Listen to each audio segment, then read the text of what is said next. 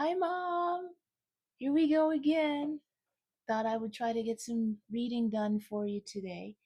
We went to the powwow this evening. We watched church at home, and then we went to the powwow at Walter's school at Cal State Long Beach, and met somebody there who was a friend of Walter's. They both started almost the same time. He started a year before Walter, and he kind of runs the Native American, teaches classes at the Native American department.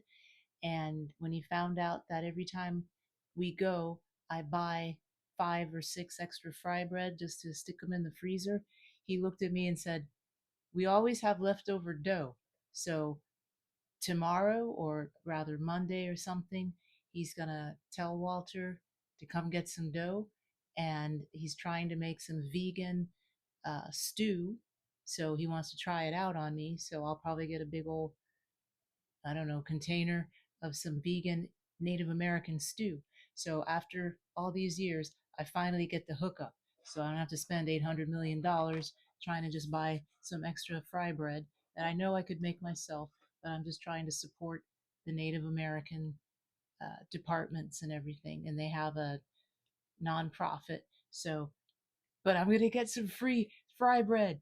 Yay. So anyway, that's why I got all this makeup on because I was going to see people. So, anywho, and now I'll be presentable for you. Um, we're going to start in on chapter 9 of Michelle Obama's Becoming. So, this is the section that's called Becoming Us, and it's the part where she meets Barack and when they start to date and everything. So, that's where we left off last time. So, here we go, chapter 9. As soon as I allowed myself to feel anything for Barack, the feelings came rushing. A toppling blast of lust, gratitude, fulfillment, wonder. Any worries I'd been harboring about my life and career, and even about Barack himself, seemed to fall away with that first kiss, replaced by a driving need to know him better, to explore and experience everything about him as fast as I could. Maybe because he was due back at Harvard in a month, we wasted no time being casual. Not quite ready to have a boyfriend sleeping under the same roof as my parents, I began spending nights at Barack's apartment, a cramped second floor walk up above a storefront on a noisy second section of Fifth Third Street. The guy who normally lived there was a University of Chicago law student, and he'd furnished it like any good student would, with mismatched garage sale finds. There was a small table, a couple of rickety chairs, and a queen-size mattress on the floor. Piles of Barack's books and newspapers covered the open surfaces and a good deal of the floor. He hung his suit jackets on the backs of the kitchen chairs and kept very little in the fridge. It wasn't homey, but now that I viewed everything through the lens of our fast-moving romance, it felt like home. Barack intrigued me. He was not like anyone I'd dated before, mainly because he seemed so secure. He was openly affectionate. He told me I was beautiful. He made me feel good. To me, he was sort of like a unicorn, unusual to the point of seeming almost unreal. He never talked about material things like buying a house or a car or even new shoes. His money went largely toward books, which to him were like sacred objects, providing a ballast for his mind. Oh, so he's a book dragon. I knew it.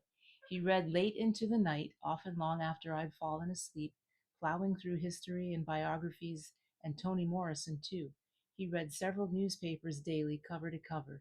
He kept tabs on the latest book reviews, the American League standings, and what the South Side aldermen were up to. He could speak with equal passion about the Polish elections and which movies Roger Ebert had panned and why. Wow, Roger Ebert. With no air conditioning, speaking of which, it's like 9 million degrees up here. It's the middle of the night and it's probably 80 degrees, so I'm going to try not to pass out. Okay, so with no air conditioning, we had little choice but to sleep with the window open at night, trying to cool the sweltering apartment. What we gained in comfort, we sacrificed in quiet. In those days, 53rd Street was a hub of late night activity, a thoroughfare for cruising lowriders with unmuffled tailpipes. Almost hourly, it seemed, a police siren would blare outside the window or someone would start shouting, unloading a stream of outrage and profanity that would startle me awake on the mattress. If I found it unsettling, Barak did not. I sensed already that he was more at home with the unruliness of the world than I was, more willing to let it all end without distress. I woke one night to find him staring at the ceiling, his profile lit by the glow of street lights outside. He looked vaguely troubled, as if he were pondering something deeply personal. Was it our relationship? The loss of his father? Hey, what are you thinking about over there? I whispered. He turned to look at me, his smile a little sheepish. Oh, I was just thinking about income inequality. This, I was learning, was how Barack's mind worked. He got himself fixated on big and abstract issues, fueled by some crazy sense that he might be able to do something about them. It was new to me, I have to say. Until now, I'd hung around with good people who cared about important enough things, but who were focused primarily on building their careers and providing for their families. Barack was just different. He was dialed into the day to day demands of his life, but at the same time, especially at night, his thoughts seemed to roam a much wider plane. The bulk of our time, of course, was still spent at work in the plush stillness of the Sidley and Austin offices, where every morning I shook off any dreaminess and zipped myself back into my junior associate existence, returning dutifully to my stack of documents and the demands of corporate clients I'd never once meet. Barack, meanwhile, worked on his own documents in a shared office down the hall, increasingly fawned over by partners who found him impressive. Still concerned about propriety, I insisted we keep our blooming relationship out of sight of our colleagues, though it hardly worked.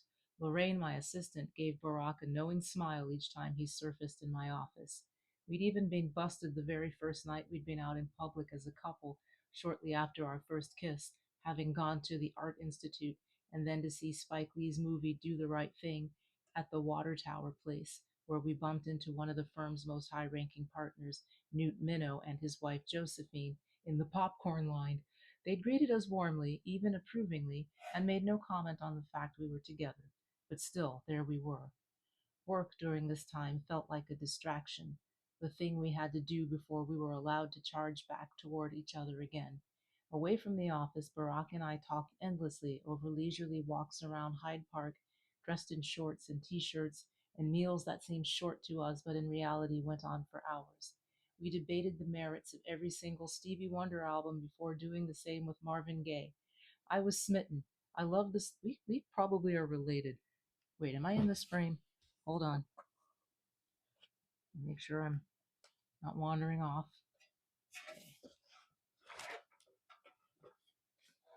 I'm going to get it together. Here we go. I loved the slow roll of his voice and the way his eyes softened when I told a funny story. I was coming to appreciate how he ambled from one place to the next, never worried about time. We are related, never worried about time. Each day brought small victories. I was a Cubs fan, while he liked the White Sox. I loved mac and cheese, and he couldn't stand it. He he liked dark, dramatic movies, while I went all in for rom-coms. He was a lefty with immaculate handwriting. Mom, is this your brother? A lefty with immaculate handwriting? Okay. I had a heavy right hand scrawl. Yes, I do. In the month before he went back to Cambridge, we shared what felt like every memory and stray thought running through our childhood follies, teenage blunders, and the thwarted starter romances that had gotten us to each other. Barack was especially intrigued by my upbringing, the year to year, decade to decade sameness of life on Euclid Avenue, with me, my brother Craig, and mom and dad making up four corners of a sturdy square.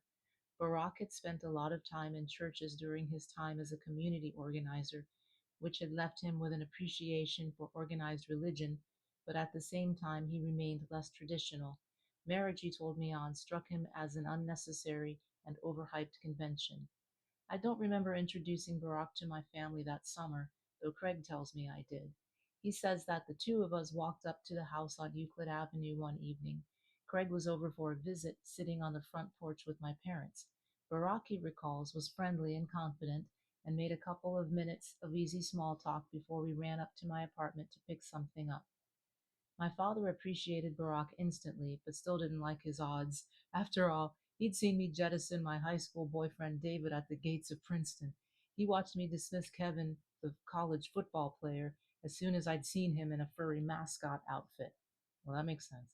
My parents knew better than to get too attached. They'd raised me to run my own life, and that's basically what I did. I was too focused and too busy. I'd told my parents plenty of times to make room for any man. According to Craig, my father shook his head and laughed as he watched me and Barack walk away. Nice guy, he said. Too bad he won't last. If my family was a square, then Barack's was a more elaborate piece of geometry, one that reached across oceans. He'd spent years trying to make sense of its lines. His mother, Ann Dunham, had been a 17-year-old college student in Hawaii in 1960 when she fell for a Kenyan student named Barack Obama. That's his dad. Their marriage was brief and confusing, especially given that her new husband, it turned out, already had a wife in Nairobi. After their divorce, Anne went on to marry a Javanese geologist named Lolo Soetoro and moved to Jakarta, bringing along the junior Barack Obama, my Barack Obama, who was then 6 years old. As Barack described it to me, he'd been happy in Indonesia and got along well with his new stepfather, but his mother had concerns about the quality of his schooling. In 1971, Anne Dunham sent her son back to Oahu to attend private school and live with her parents. She was a free spirit who would go on to spend years moving between Hawaii and Indonesia. Aside from making one extended trip back to Hawaii when Barack was 10, his father, a man who by all accounts had both a powerful mind and a powerful drinking problem, remained absent and unengaged. And yet Barack was loved deeply. His grandparents on Oahu doted on both him and his younger half sister Maya. His mother, though still living in Jakarta, was warm and supportive from afar. Barack also spoke affectionately of another half sister in Nairobi named Ayuma. He'd grown up with far less stability than I had, but he didn't lament it. His story was his story. His family life had left him self reliant and curiously hardwired for optimism. The fact he'd navigated his unusual upbringing so successfully seemed only to reinforce the idea that he was ready to take on more. On a humid evening, I went with him as he did a favor for an old friend. One of his former community organizer co-workers had asked if he could lead a training at a black parish in Roseland on the far south side, an area that had been crippled by the steel mill closings of the mid 1980s. For Barack, it was a welcome one night return to his old job and the part of Chicago where he'd once worked. It occurred to me as we walked into the church, both of us still dressed in our office clothes, that I'd never thought much about what a community organizer actually did. We followed a stairwell down to a low ceilinged, fluorescent lit basement area where 15 or so parishioners, mostly women as I remember, were sitting in folding chairs in what looked to be a room that doubled as a daycare center, fanning themselves in the heat. I took a seat in the back as Barack walked to the front of the room and said hello. To them, he must have seemed young and lawyerly. I could see that they were sizing him up, trying to figure out whether he was some sort of opinionated outsider or in fact had something of value to offer. The atmosphere was plenty familiar to me. I'd grown up attending my great aunt Robbie's weekly operetta workshop in an African Methodist Episcopal church, AME, not unlike this one. The women in the room were no different from the ladies who sang in Robbie's choir or who'd turned up with casseroles after Southside died. They were well intentioned, community minded women, often single mothers or grandmothers, the type who inevitably stepped in to help when no one else would volunteer. Barack hung his suit jacket on the back of his chair and took off his wristwatch, laying it on the table in front of him to keep an eye on the time.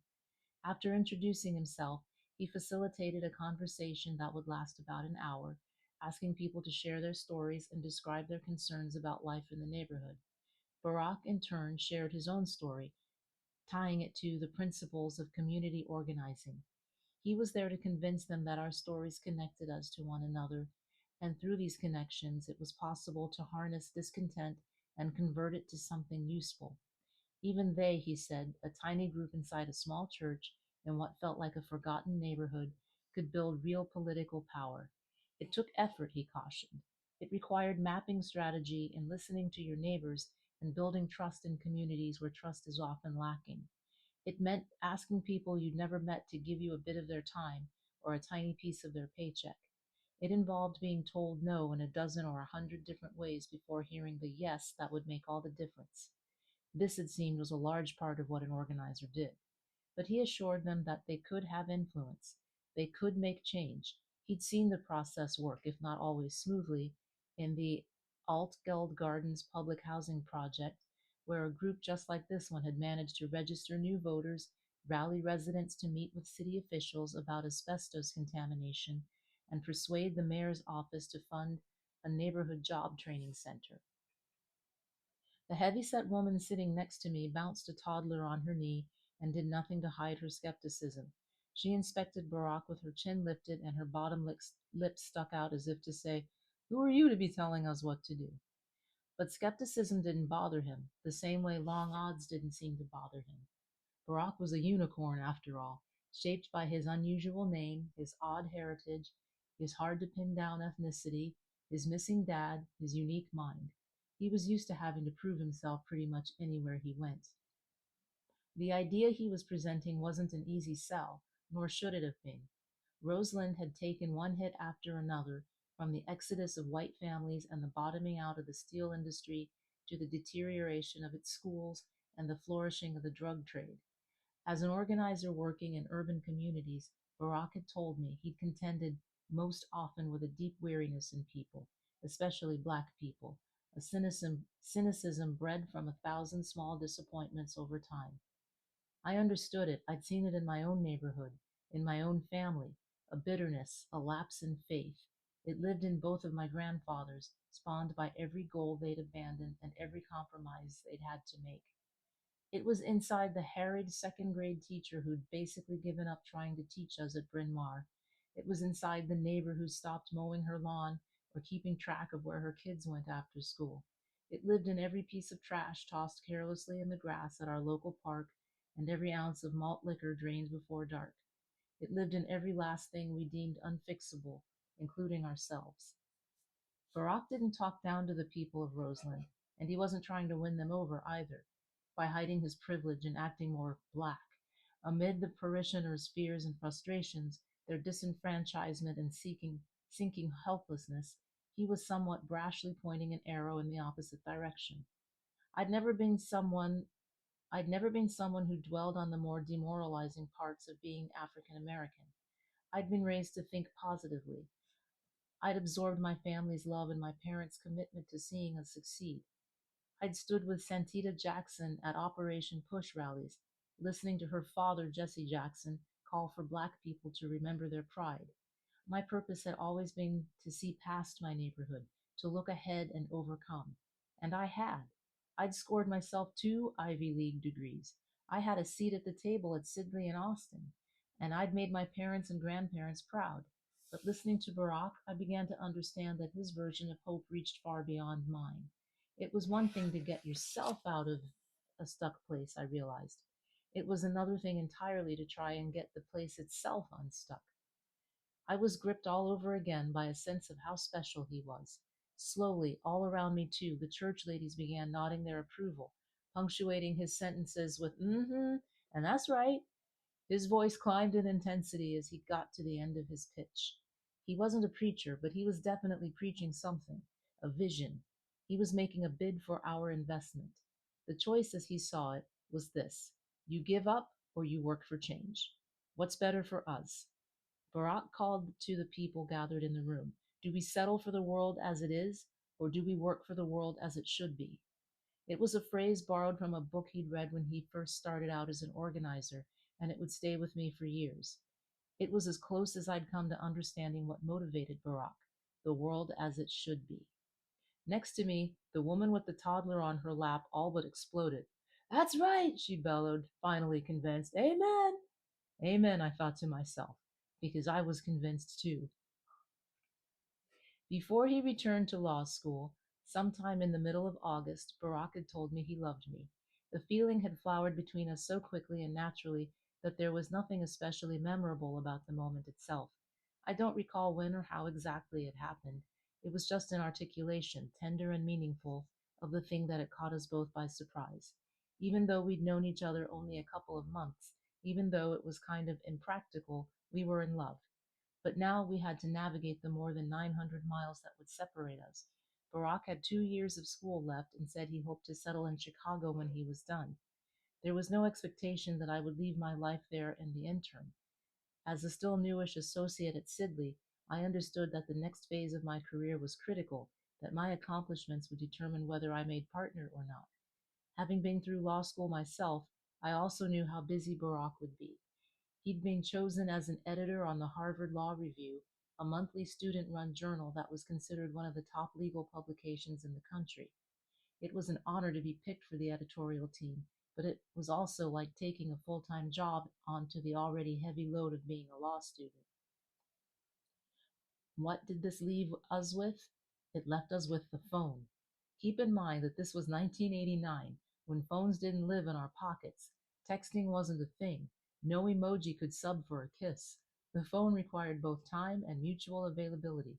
Personal calls happened usually at home, at night, when you were dog tired and in need of sleep. Barack told me ahead of leaving that he preferred letter writing.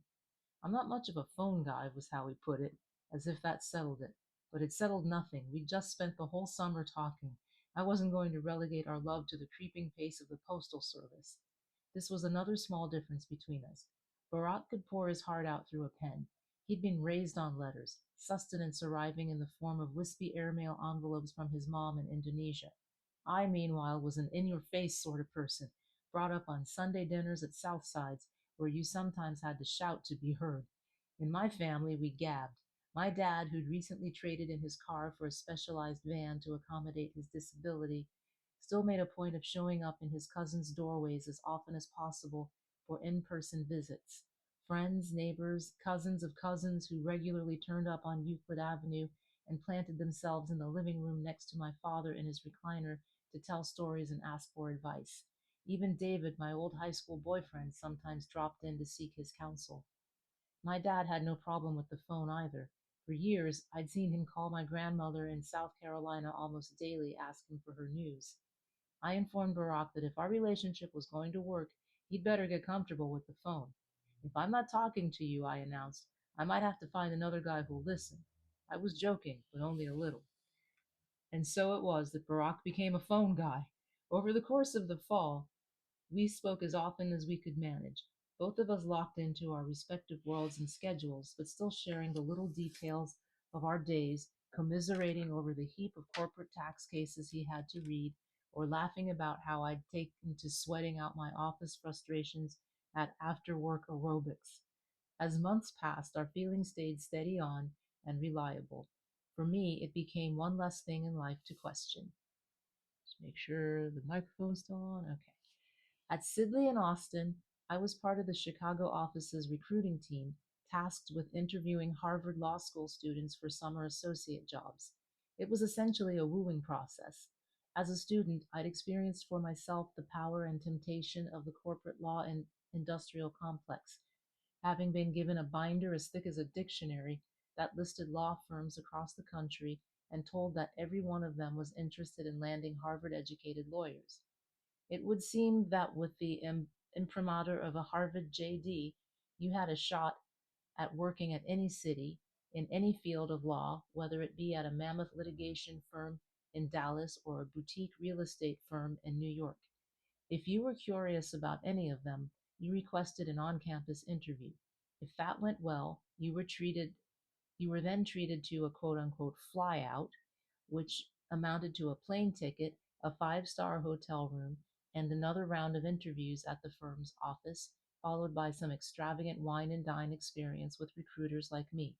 While at Harvard, I'd availed myself of flyouts to San Francisco and Los Angeles, in part to check out entertainment law practices there, but also, if I was honest, because I'd never been to California. Now that I was at Sidley and on the other side of the recruiting experience, my goal was to bring in law students who were not just smart and hard driving, but also something other than male and white.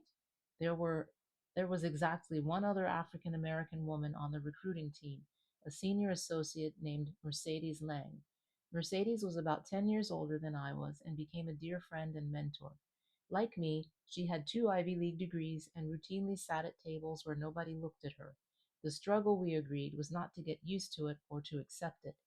In meetings on recruitment, I argued insistently, and I'm sure brazenly, in some people's opinion, that the firm cast a wider net when it came to finding young talent.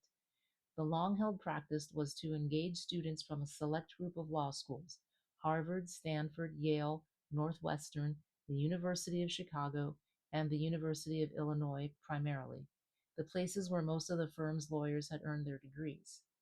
It was a circular process, one generation of lawyers hiring new lawyers whose life experience mirrored their own, leaving little room for diversity of any sort. In fairness to Sidley, this was a problem, whether recognized or not, at virtually every big law firm in the country. A National Law Journal survey from the time found that in large firms, African Americans made up not quite 3% of all associates and less than 1% of all partners. Well, that's funny. I was, believe it or not, looking up those stats. I wondered how many black lawyers there were, and I don't know why I was looking that up about a month ago when I could have just read it in here. Okay, now I know. Alrighty. To try Trying to help remedy the imbalance, I pushed for us to consider law students coming from other state schools and from historically black colleges like Howard University. When the recruiting team gathered in a conference room in Chicago with a pile of student resumes to review, I objected any time a student was automatically dismissed for having a B on a transcript or for having gone to a less prestigious undergrad program. If we were serious about bringing in minority lawyers, I asserted, we'd have to look more holistically at candidates. We'd need to think about how they'd used whatever opportunities in life had afforded them rather than measuring them simply by how far they made it up an elitist academic ladder. The point wasn't to lower the firm's high standards, it was to realize that by sticking with the most rigid and old school way of evaluating a new lawyer's potential, we were overlooking all sorts of people who could contribute to the firm's success. We needed to interview more students, in other words, before writing them off. For this reason, I loved making recruiting trips to Cambridge because it gave me some influence in which Harvard students got chosen for an interview. It also, of course, gave me an excuse to see Barack. The first time I visited, he picked me up in his car, a snub nosed banana yellow Datsun he'd bought used on his lone strap student budget. When he turned the key, the engine revved and the car spasmed violently before settling into a loud, sustained juddering that shook us in our seats. I looked at Barack in disbelief. You drive this thing? I said, raising my voice over the noise. He flashed me the impish, I got this covered grin that melted me every time. Just give it a minute or two, he said, shifting the car into gear. It goes away. After another few minutes, having steered us onto a busy road, he added, also, maybe don't look down. I'd already spotted what he wanted me to avoid: a rusted out 4-inch hole in the floor of his car through which I could see the pavement rushing beneath us. Wow. Life with Barack would never be dull. I knew it even then. It would be some version of banana yellow and slightly hair raising. It occurred to me, too, that quite possibly the man would never make any money. He was living in a Spartan one-bedroom apartment in Somerville, but during my recruiting trip, Sidley put me up at the Lux Charles Hotel adjacent to campus, where we slept on smooth, high-quality sheets, and Barack, rarely one to cook for himself, could load up on a hot breakfast before his morning classes. In the evenings, he parked himself in my room, did his schoolwork, giddily dressed in one of the hotel's thick terry cloth robes. At Christmas time that year, we flew to Honolulu. I'd never been to Hawaii before, but was pretty certain I'd like it. Do you remember on the way to Japan and back from Japan, we stopped in Hawaii? I assume it was the main island, not Oahu, but I guess Honolulu. Yeah, so we were in Hawaii twice. And then Guam during not a tsunami. Um, what's the storms called? Anyway, we were in Guam and there was one of those big storms and we had to stay on the plane. And I remember seeing one of the giant palm trees just bending over because the wind was so strong. So that was scary, but I remember that. But yeah, so we were in the same places where Barack grew up. How cool is that? I was coming from Chicago, after all, where winter stretched through April, where it was normal to keep a snow shovel stashed in the trunk of your car. I owned an unsettling amount of wool. For me, getting away from winter had always felt like a joyride. During college, I'd made a trip to the Bahamas with my Bahamian classmate David, and another to Jamaica with Suzanne. In both instances, I'd reveled in the soft air on my skin and the simple buoyance I felt any time I got close to the ocean. Maybe it was no accident that I was drawn to people who'd been raised on islands. In Kingston, that's Jamaica, Suzanne had taken me to powdery white beaches where we dodged waves in water that looked like jade. She'd piloted us expertly through a chaotic market, jabbering with street vendors. Try this, she'd shout at me. Try this, going full throttle with the accent, exuberantly handing me pieces of grilled fish to taste, handing me fried yams, stalks of sugar cane, and cut up pieces of mango. She demanded I try everything, intent on getting me to see how much there was to love. It was no different with Barack. By now, he'd spent more than a decade on the mainland, but Hawaii still mattered to him deeply. He wanted me to take it all in, from the splaying palm trees that lined the streets of Honolulu and the crescent arc of Waikiki Beach to the green drape of the hills surrounding the city. For about a week, we stayed in a borrowed apartment belonging to family and friends and made trips every day to the ocean to swim and laze about in the sun. I met Barack's half sister Maya, who at 19 was kind and smart and getting a degree at Barnard. She had round cheeks with wide brown eyes and dark hair that curled in a rich tangle around her shoulders. I met his grandparents, Madeline and Stanley Dunham, or Toot and Gramps as he called them. They lived in the same high rise where they'd raised Barack, in a small apartment decorated with Indonesian textiles that Anne had sent home over the years. And I met Anne herself, a plump, lively woman with dark, frizzy hair and the same angular chin as Barack. She wore chunky silver jewelry, a bright batik dress, and the kind of sturdy sandals I would guess an anthropologist might wear. You know they were Birkenstock, I'm guessing. She was friendly toward me and curious about my background and my career. It was clear she adored her son, almost revered him, and she seemed most eager to sit down and talk with him, describing her dissertation work and swapping book recommendations as if catching up with an old friend. Everyone in the family still called him Barry, which I found endearing.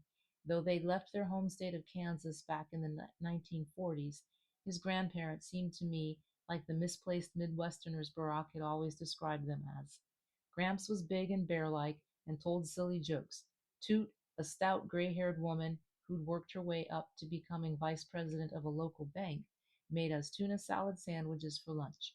In the evenings, she served Ritz crackers. Remember, we used to have Ritz crackers with tuna fish on? I remember that. Ritz crackers and tuna fish. Wow. She served Ritz crackers piled with sardines, ew, for appetizers, and put dinner on TV trays so that everyone could watch the news or play a heated game of Scrabble. They were a modest middle class family, in many ways not at all unlike my own. There was something comforting in this for both me and Barack. As different as we were, we fit together in an interesting way. It was as if the reason for the ease and attraction between us was now being explained. In Hawaii, Barack's intense and brainy side receded somewhat, while the laid back part of him flourished. He was at home, and home was where he didn't feel the need to prove anything to anyone. We were late for everything we did, but it didn't matter, not even to me.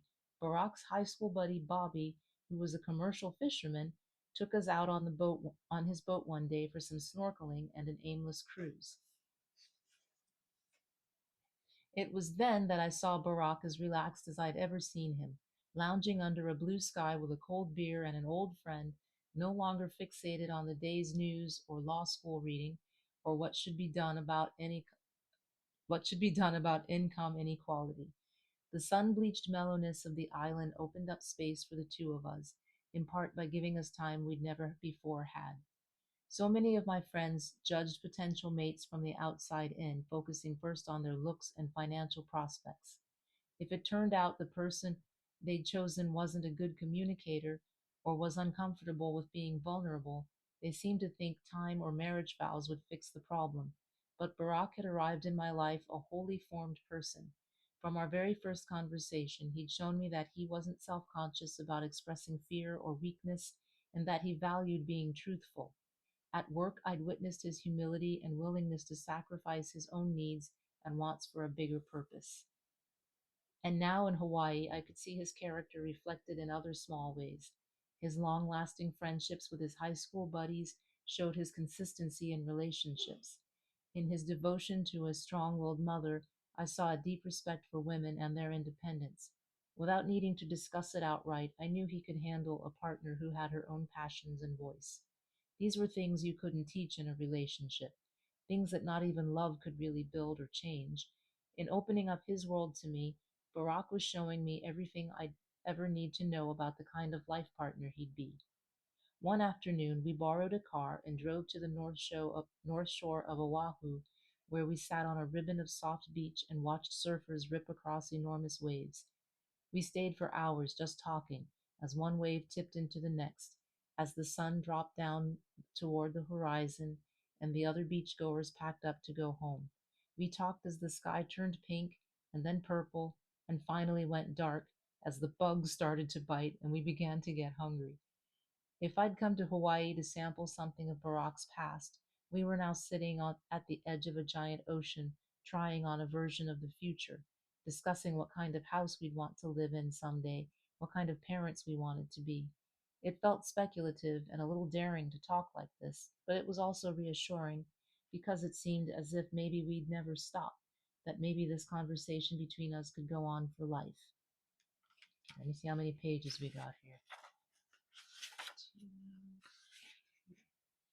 Wow. Just 3 more pages and we'll make it through chapter 9. Okay. Let's check. Okay, mic's still happening. Back in Chicago, separated again from Barack, I still sometimes went to my old happy hour gatherings, though I rarely stayed out late. Barack's dedication to reading had brought out a new bookishness in me. I was now content to spend a Saturday night reading a good novel on the couch. Well, this is Saturday night, Sunday morning, and I'm reading a good novel in front of the, remember this? In front of your mantelpiece. So this is good.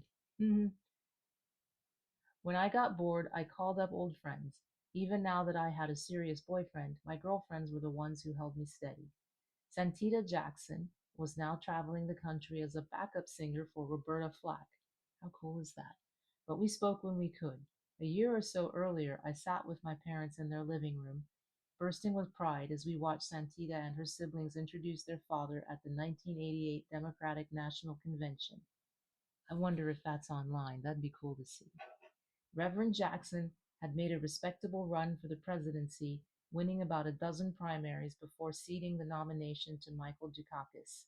Along the way, he'd filled households like ours with a new and profound level of hope and excitement, even if in our hearts we understood that he was a long shot. I spoke regularly with Verna Williams, a close friend from law school who until recently had been living in Cambridge. She'd met Barack a couple of times and liked him a lot, but teased me that I'd let my insanely high standards slip, having allowed a smoker into my life.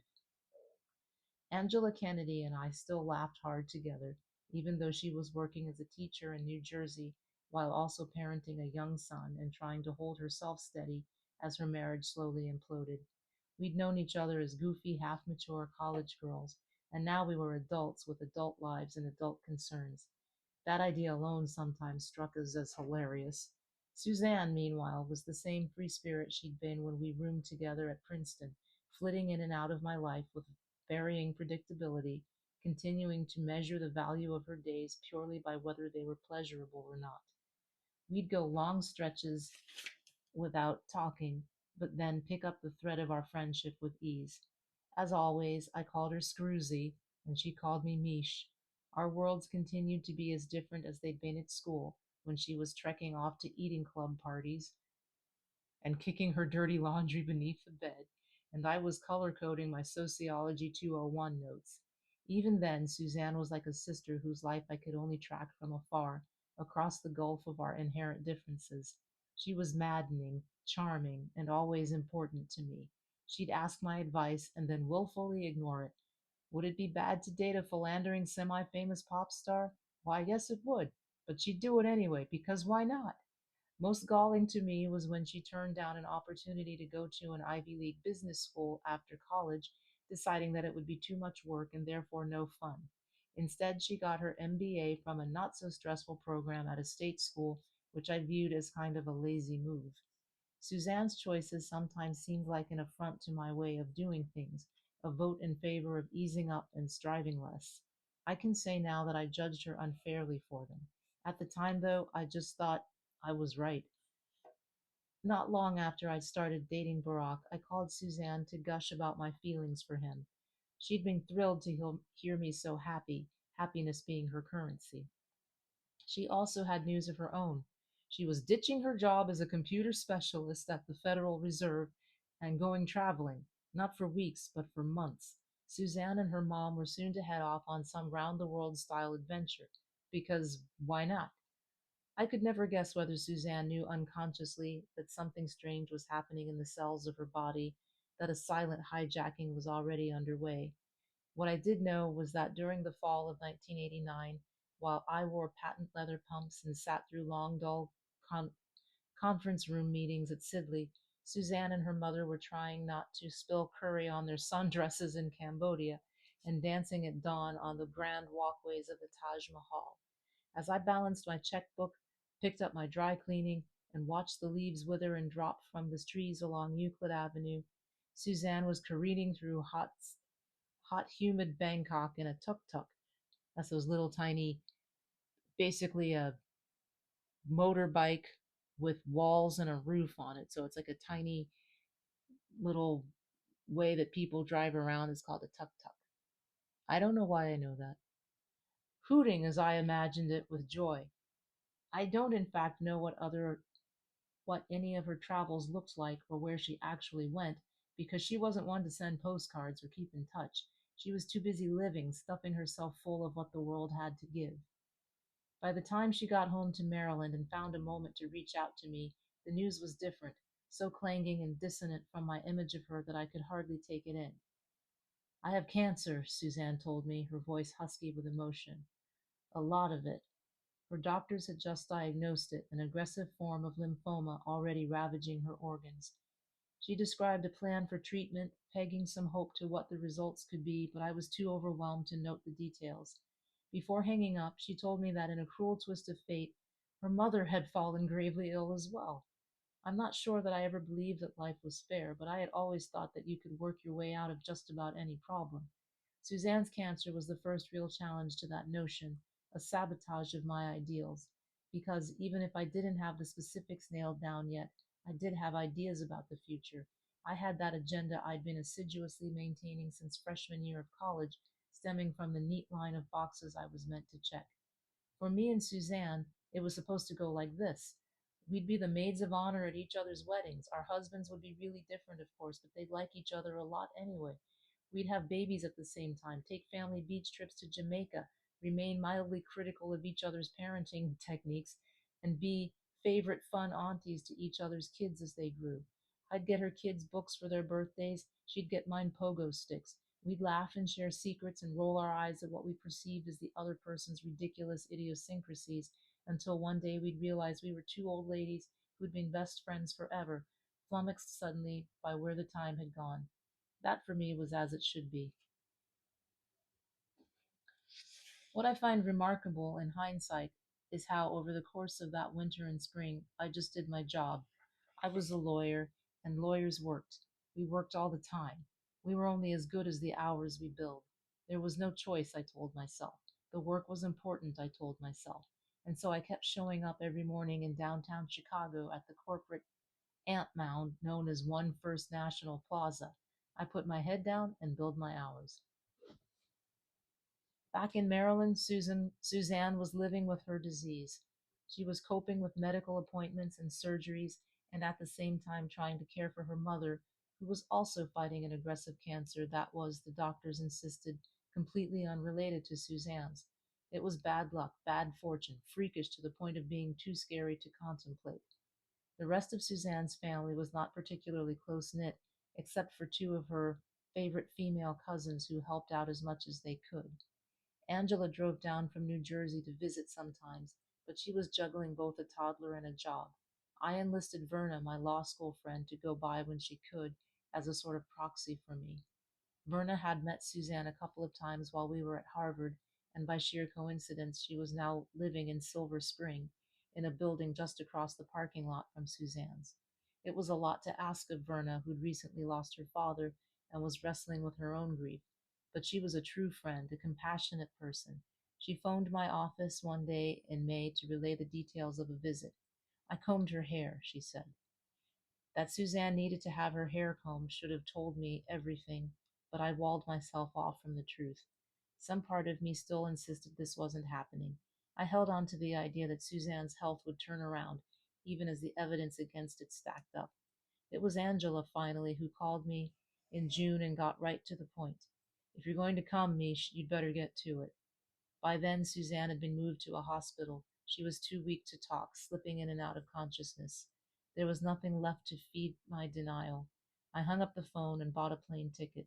I flew east, caught a taxi to the hospital, took the elevator to the right floor, walked the hallway to her room, and found her there lying in bed as Angela and her cousin watched over her. Everyone silent.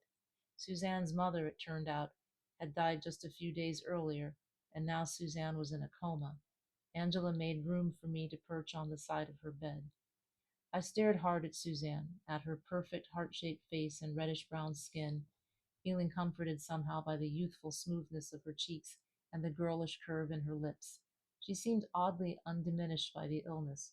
Her dark hair was still lustrous and long. Someone had put it in two ropey braids that reached almost to her waist. Her track runner's legs lay hidden beneath the blankets. She looked young, like a sweet, beautiful 26-year-old who was maybe in the middle of a nap. I regretted not coming earlier. I regretted the many times over the course of our seesawing friendship that I'd insisted she was making a wrong move when possibly she'd been doing it right. I was suddenly glad for all the times she'd ignored my advice. I was glad that she hadn't overworked herself to get some fancy business school degree, that she'd gone off for a lost weekend with a semi-famous pop star just for fun. I was happy that she made it to the Taj Mahal to watch the sunrise with her mom. Suzanne had lived in ways that I had not.